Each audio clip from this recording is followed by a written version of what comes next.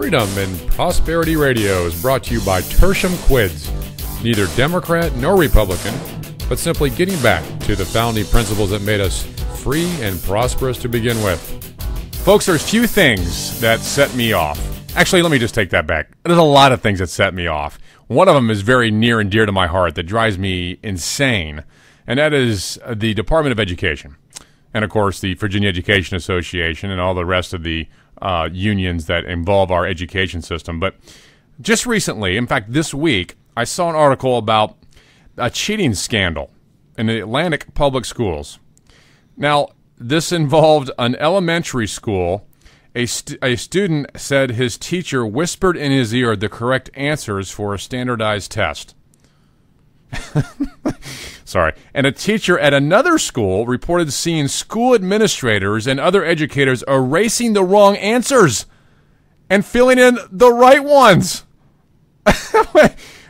One teacher said an administrator told her to shh when she brought up the possible cheating by administrators in schools. Now, here's the catcher. Experts say that this reflects the increasing pressure to meet federal No Child Left Behind standards. Oh, the government dictates from an unknown federal bureaucrat stuck in D.C. affecting schools in Atlanta. Now, I bring this up because Obama's on a massive spending spree, and apparently he has doubled the funding for the Department of Education, and we didn't even know about it. It didn't come up a vote in Congress. Why? Because they took it from the stimulus program. Now, Obama's on this huge race to the top. I love these names, by the way, of these bureaucrats. I like No Child Left Behind. What a great title. May not work so well. I love the title, though. And race to the top. Gosh, if only I would have come up with that one.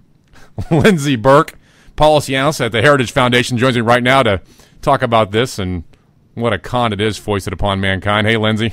Hi, thanks for having me. What do you do with this stuff? You just shake your head and go, this is unbelievable. I mean, and yet here's the deal, Lindsey, that I'm noticing. We are willing, as citizens of the Commonwealth and America, willing to let power be found in an unnamed bureaucracy in D.C. otherwise, and instead of letting the states, something more local. Isn't that just backwards? It is, and it's really incredible. Federal funding for education has been increasing for decades at just an astronomical rate, but this latest just gift to the Department of Education, that $100 billion that it received through the stimulus, I mean, that is just a tremendous amount of money. You're right, it doubled their budget from 2008 until 2009. The Department of Ed now has the third largest discretionary fund of all agencies. It's just on an incredible pace, and we're already seeing the administration, despite the fact that the Department of Ed got $100 billion last year, wanting to increase by another 10% their discretionary budget next year for 2011. And then we also saw Speaker Pelosi call back the entire House to vote on a $10 billion public education bailout. I mean, how much money is enough? That's really what we have to ask ourselves. I think the big question, Lindsey, is how long have you been anti-kids? I mean...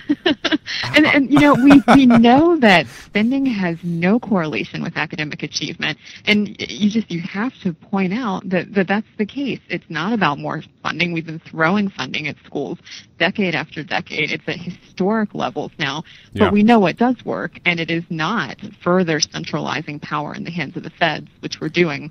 You know, completely the opposite. Yeah, here's what's going on. I mean, this Department of Education is going to use this windfall funding and this power grab, and they're using it to dangle grant money before the states, which apparently are cash-strapped, and this is happening without any public consideration, no public vote, nothing in Congress, and the real crux of this, for those who are listening and parents, if you want to hold somebody accountable, how do you do it when you have to go to D.C. to do it? An unaccountable, unelectable bureaucracy that is changing, that is affecting your children's curriculum in your school. I'm just blown away by it. Right, and so that's really been the biggest problem with this new increase in federal funding is that it has allowed, and let's give credit where credit's due, Race to the Top has provided some good pressure on states to lift caps on charter schools and to potentially tie pay to performance. There are a few measures that could be pretty good, but when we consider that right under the surface is this agenda to implement national standards and tests, that will render anything good from Race to the Top completely moot. And you're absolutely right. It will not. National standards and tests will not make schools accountable to parents, because ultimately what they do is they'll provide information that's much more useful to the kind of centralized scorekeeper that is the federal government. So what we need are accountability measures that basically create horizontal accountability to taxpayers and parents, not this vertical accountability toward Washington. It's a great point.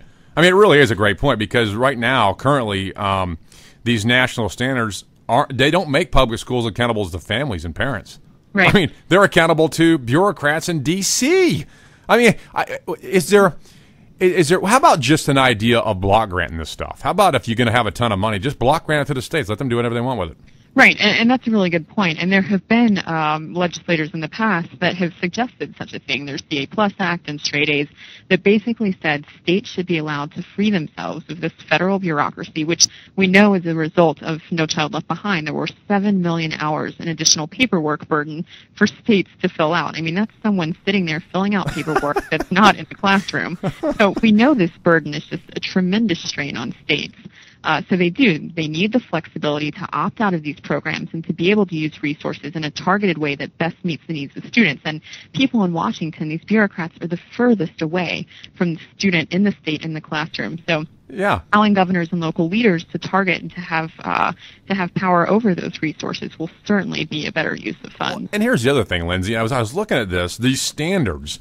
As Secretary Duncan says, 50 different goalposts, whatever. And that's not bad, by the way, to have 50 experiments going on across our country and how education can work the best. But these national standards are lower than Virginia's. Right. And Virginia is one of the states that has strong state standards. The standards of learning there are pretty solid. There are a few other states, Massachusetts, California, Indiana, that have really strong state standards. But what you'll get is this, you mentioned the 50 different goalposts. I mean, that comment to us makes really clear that Secretary Duncan and the administration are more interested in kind of standardization, not kind of this minimum standard of competency and excellence. And so you'll have basically, as a result of the same political pressures that have forced state standards to be watered down, those same political pressures will cause national standards to be watered down. And so as a result, your states with good standards, your Massachusetts and Californias and Virginias of the world, will basically have lowered their standards in order to receive a slice of this race to the top pie. Race to mediocrity is what it ends up being.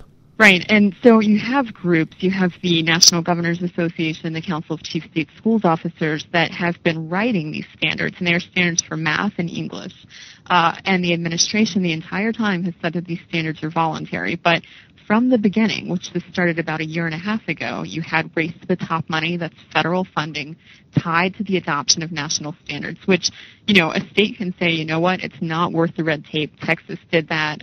Alaska has done that. So far, Virginia has done that as well. But what we're seeing is that the administration has released what they're calling a blueprint for when No Child Left Behind comes up for reauthorization next year. And buried deep within that blueprint language there's language that says Title I money, which is $14.5 billion, could be tied to the adoption of national standards. So it's just laughable to think that these are voluntary standards if you have the carrot of Race to the Top and the stick of Title I forcing states to sign on. It's a big stick. It is a big stick. I mean, if Race to the Top is $4 billion, Title I's $14.5 billion. It really puts it in perspective. Well, imagine the politician going, hey, I don't want Title I money. I don't want education money. He won't be there very long. Politically tenable. Yeah, exactly. I mean, we've created such a system where a politician can't stand up and say, let's get rid of the Department of Education without being just, beat up, kicked around, and said, you hate kids.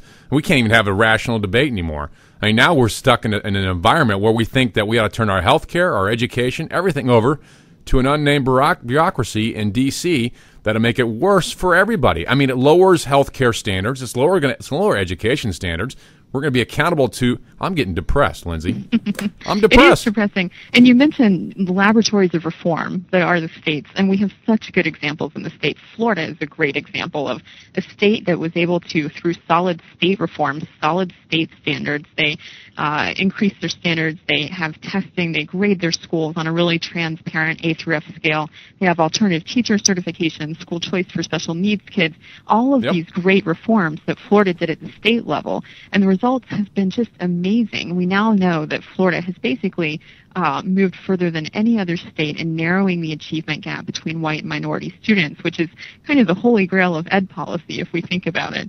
We now know that Hispanic students in Florida now outpace or tie the statewide average of all students in 31 states in reading. And that's a really positive outcome for a state that has moved forward with its ed policy and been able to experiment and do what works best for Florida students. I'm voting for you. That's good stuff, Lindsey. Thanks for your time today. Appreciate you very much. You bet. Lindsey Burke, policy analyst at the Heritage Foundation. You want to hear this interview again? Go to freedomandprosperityradio.com. Stay tuned to Freedom and Prosperity Radio. We'll be right back after a brief message from our sponsors.